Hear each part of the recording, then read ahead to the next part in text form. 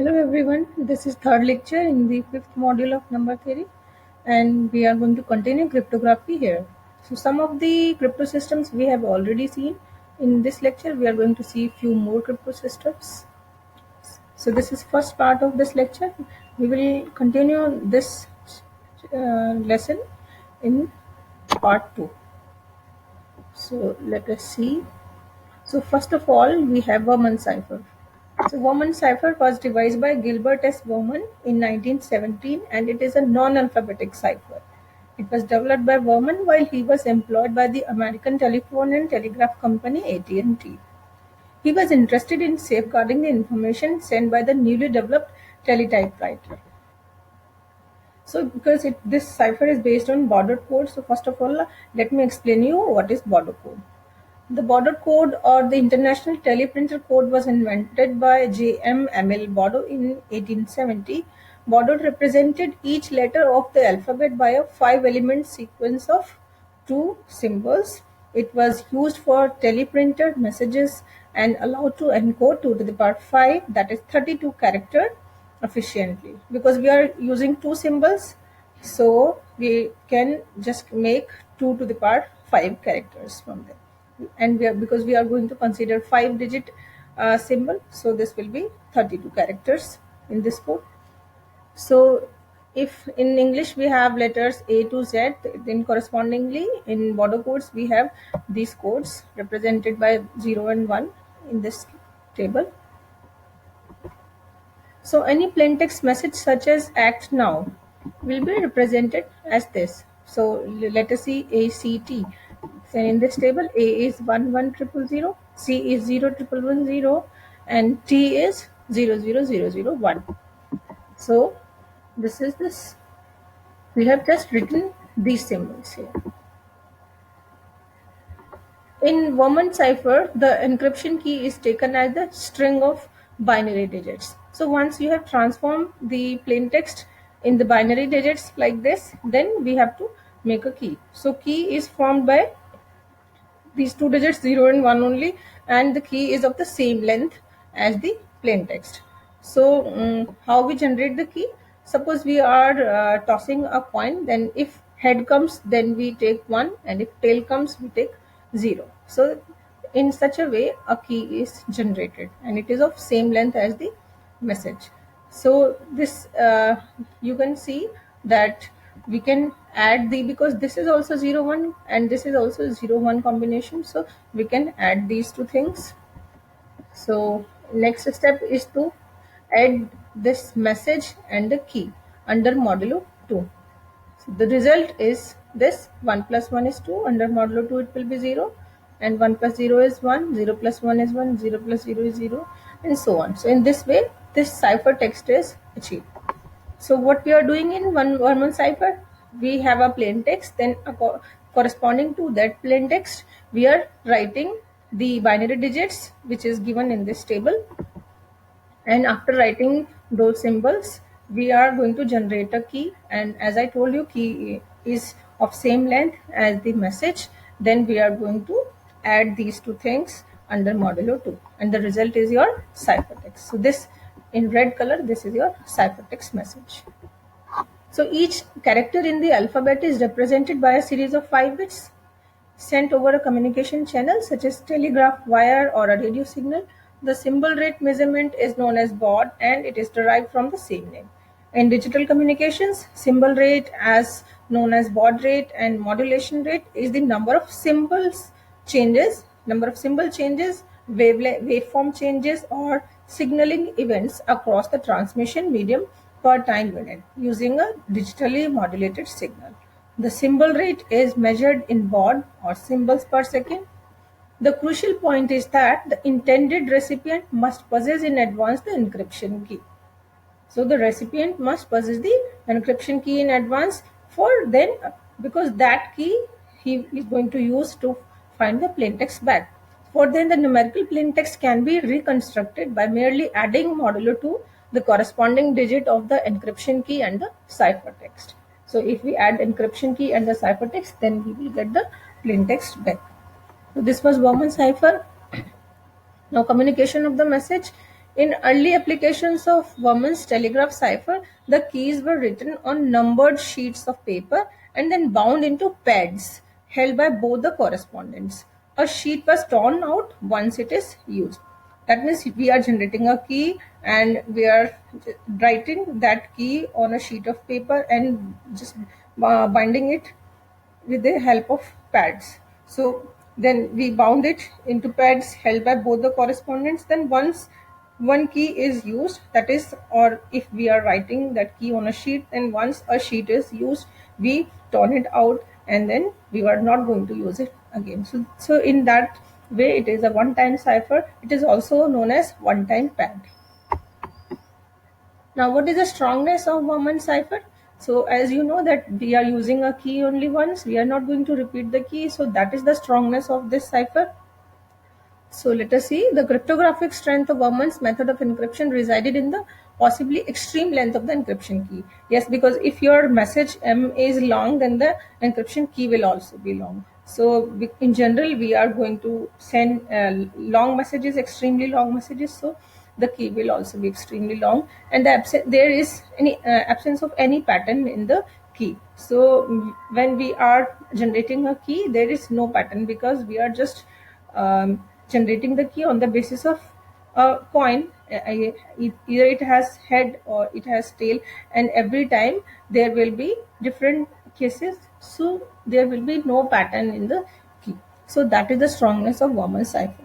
So this security attracted military and diplomatic services of many countries, and in 1963, for instance, a teleprinter hotline was established between Washington and Moscow using this one-time tape. So this was the strongness of Warman cipher. That's why it was used in military. Next is exponential crypto system or Poling-Hellman crypto system. So because this is based on modular exponentiation, let us see what is modular exponentiation. So exponentiation we already know. So modular exponentiation is finding the least positive residue of a to the power k mod n. We have already seen how to find least positive residue of a to the power k under modulo n in our previous lectures. You can see that.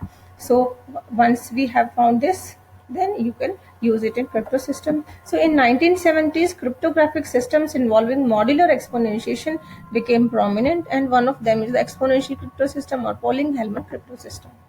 In conventional crypto systems such as Caesar cipher, the sender and the receiver shared the same key to encrypt and decrypt. We have already seen how Caesar cipher works. It's a very simple cipher and it's a symmetric cipher because we are going to use the same key for encryption as well as the decryption. It was a shift cipher and we were using +3 shift in that cipher.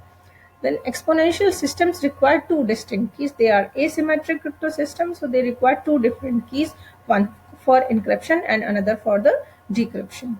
So one key for encryption and other key for decryption, which might begin by selecting a large prime P to serve as enciphering modulus. So what we are doing, we are selecting a large prime P, which is serving as your enciphering modulus, and a positive integer K, which lies between 2 and P minus 2. So K is you're less than equal to P minus 2 and greater than equal to 2. And this will be your enciphering exponent. That means we are just computing kth power of your message, numerical equivalent of the message under modulo P. So in that way we are doing encryption. So modulus and exponent both kept secret. This modulus P and exponent K, they are both kept secret and they should satisfy K and P minus 1. They should be relatively prime. The encryption process starts with the conversion of plain text to numerical equivalent. So in every cipher we are using this. We are just, first of all, we are going to write the numerical equivalent of a plain text. So each letter is replaced by a 2-digit integer. So if we are using English alphabet A to Z, then we are going to use numerical equivalents 0 to 25 for that. So because we are using 2-digit pattern, so we are going to use for A00, for B01 and so on.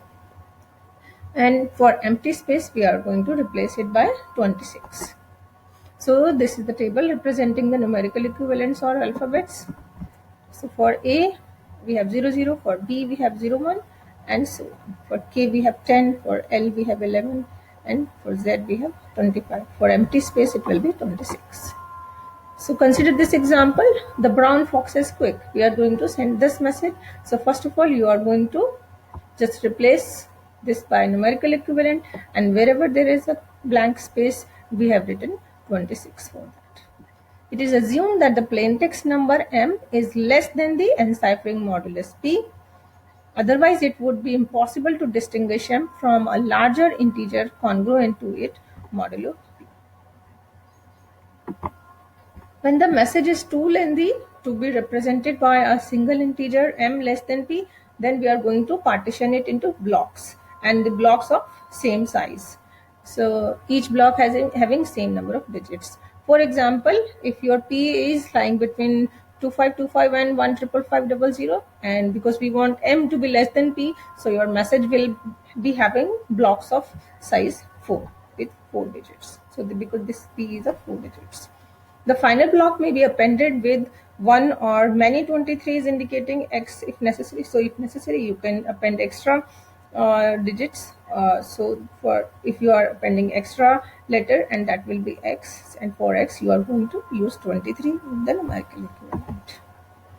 Now let us see how we are going to do encryption.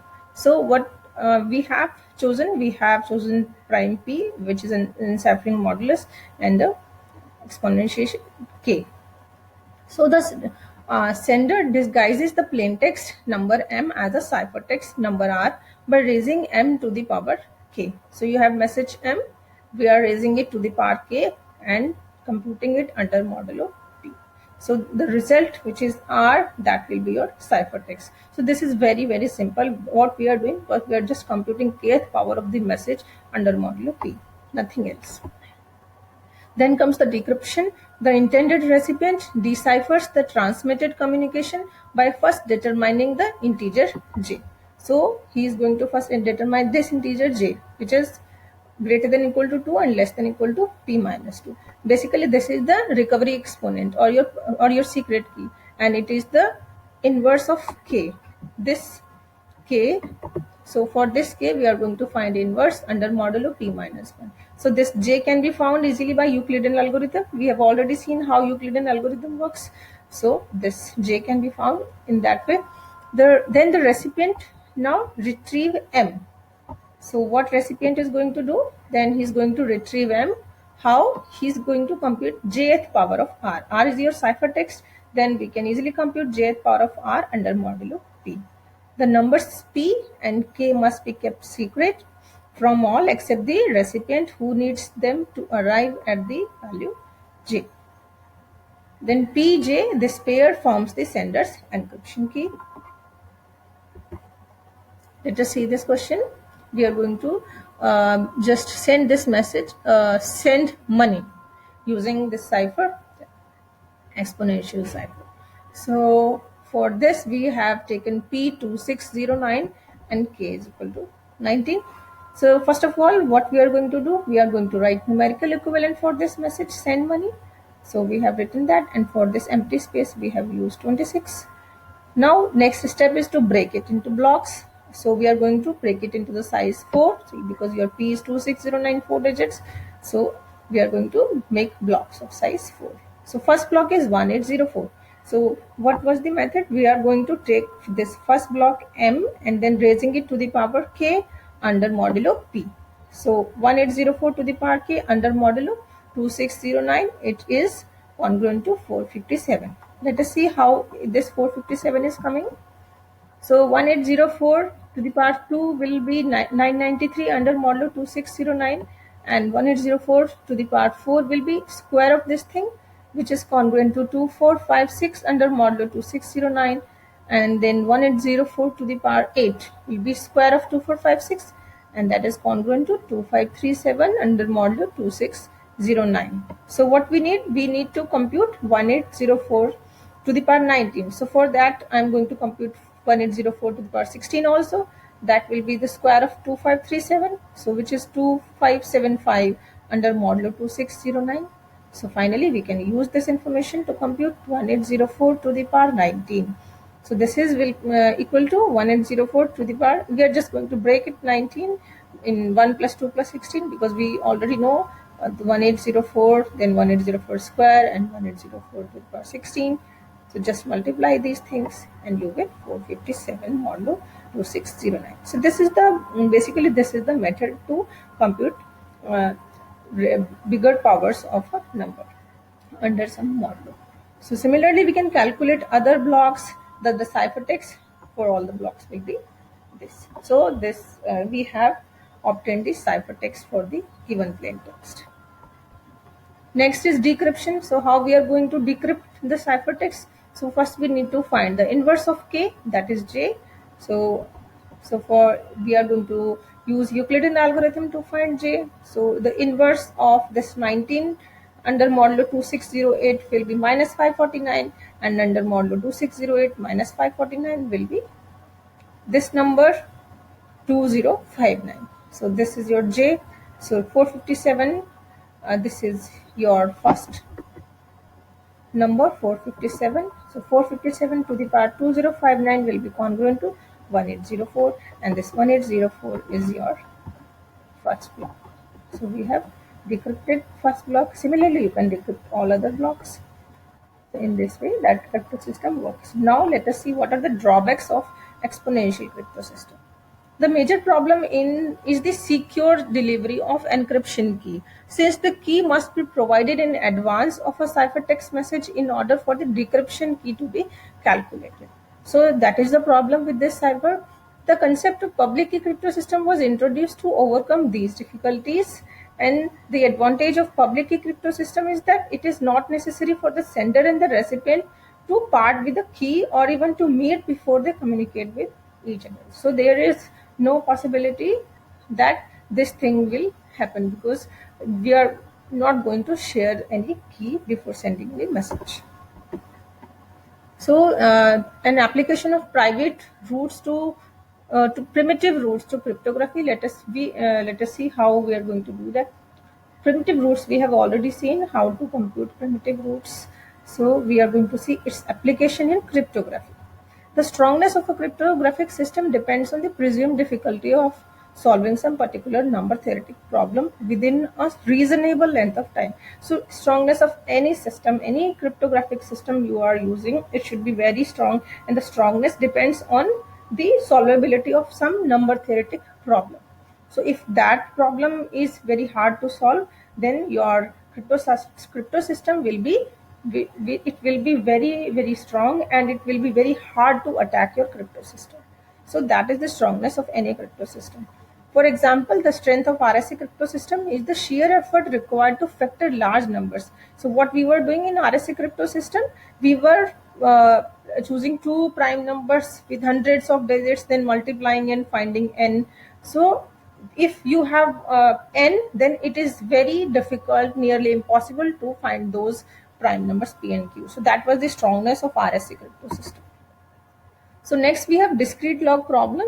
So first of all, you know what is logarithm. So we are going to find what is this discrete log problem. The problem of finding the power x. X is lying between 0 to phi n. You know what is phi n. So if it exists, which satisfies the congruence r to the power x congruent to y modulo 1. So if you know r to the power x, then can you find x? So x, your what is your x? Your so let us see here. This the exponent x is the logarithm of y. So from this, x will be log of y under the base r under modulo n. The logarithm could be found by exhaustive search by calculating the successive powers of r until y is congruent to r to the power x modulo n is reached. But this would generally not be practical for a large modulus n of several hundred digits. So solving a discrete log problem, it is very difficult. Next we have Elgamal crypto system. This crypto system is basically based on discrete log problem. That's why we were discussing discrete log problem before this crypto system. So in cryptography, the Elgamal encryption system is an asymmetric key encryption algorithm for public key cryptography, which is based on Diffie-Hellman key exchange. So Diffie-Hellman key exchange, this we have seen in our previous lecture. So it was described by Tahir Al-Gamal in 1985. The Algol crypto system, like the RSA system, it requires that each user possess both a public key and a private key. The means needed to transmit a ciphertext between parties is announced openly, and even it is published in the public directories. But deciphering can be done only by the intended recipient using a private key. Then, because the knowledge of the public key and the method of encipherment is not sufficient to discover the other key, the confidential message can be communicated over an insecure channel, and there is no harm in that. So let us see how Al-Gamal crypto system works. What is the algorithm there? So there are 3 steps. First of all, we have to generate the key, then encryption, and then decryption. Because it is a key based on key exchange, so that's why we have to generate the key first. So what we are going to do, let us see that a typical user of the system begins by one selecting a prime number p along with one of its primitive root r. Select a prime number p and its primitive root r, then an integer k lying between 2 and p minus 2. It is randomly chosen and it serves as a secret key. Thereafter, what we are going to do, we are going to compute a, which is r to the power k mod p, and it is calculated, and then this triplet PRA, this becomes the public key and it is made available to all others for the encryption purpose. K is kept secret, this K, because finding K from this is very difficult. That's a discrete log problem. So this K is kept secret. So for an unauthorized party to discover K would entail solving a discrete log problem that will be nearly intraceable for large values of A and P. Now, how to select public key? Let us consider this example. Suppose that an individual begins by picking the prime number p, which is 113, and smallest primitive root r, which is 3. So this we have already seen in our primitive root lectures, that we have found that r is a primitive root of 113. This 3 is primitive root of 113. Then choose k is equal to 37. This is from 2, between 2 and 111. So we have taken k is equal to 37. Then calculate 3 to the power 37 under modulo 113, and that will be your a. The exponentiation can be readily calculated by repeated square and reducing it to modulo 113. Like this we have calculated. So 3 to the power 1 will be 3, 3 square will be 9, 3 to the power 4 will be 9 square, 3 to the power 8 will be 7, 3 to the power 16 will be 7 into 7, that is 49, and 3 to the power 32 will be 28 modulo 113. And so 3 to the power 37 will be 3 to the power 1 into 3 to the power 4 into 3 to the power 32. We have just broken this 37 like 1 plus 4 plus 32. Then it will be 3 into 81 into 28, which is congruent to 24 modulo 113. So what is your public key? Your public key is 113, 3 and 24. This is your public key, and this k, which is 37, will be your secret key. So in this way, keys are formed. So this is the thing which we wanted to explain in this lecture. This is the part 1 of this lecture. So what we have seen here, we have seen Warman cipher. Then after Warman cipher, we have seen Bodo code. Actually, Warman cipher was based on Bodo code. And then exponential crypto system or Poling-Hellman crypto system we have seen. Then discrete log problem we have seen. And then Al-Gamal crypto system also we have seen. The key generation we have seen. In the part 2 of this lecture, we are going to continue Al-Gamal crypto system further, and then we will see digital signature scheme also and few applications of cryptography. So this is all about today's lecture. These are the references which we have used. Thank you.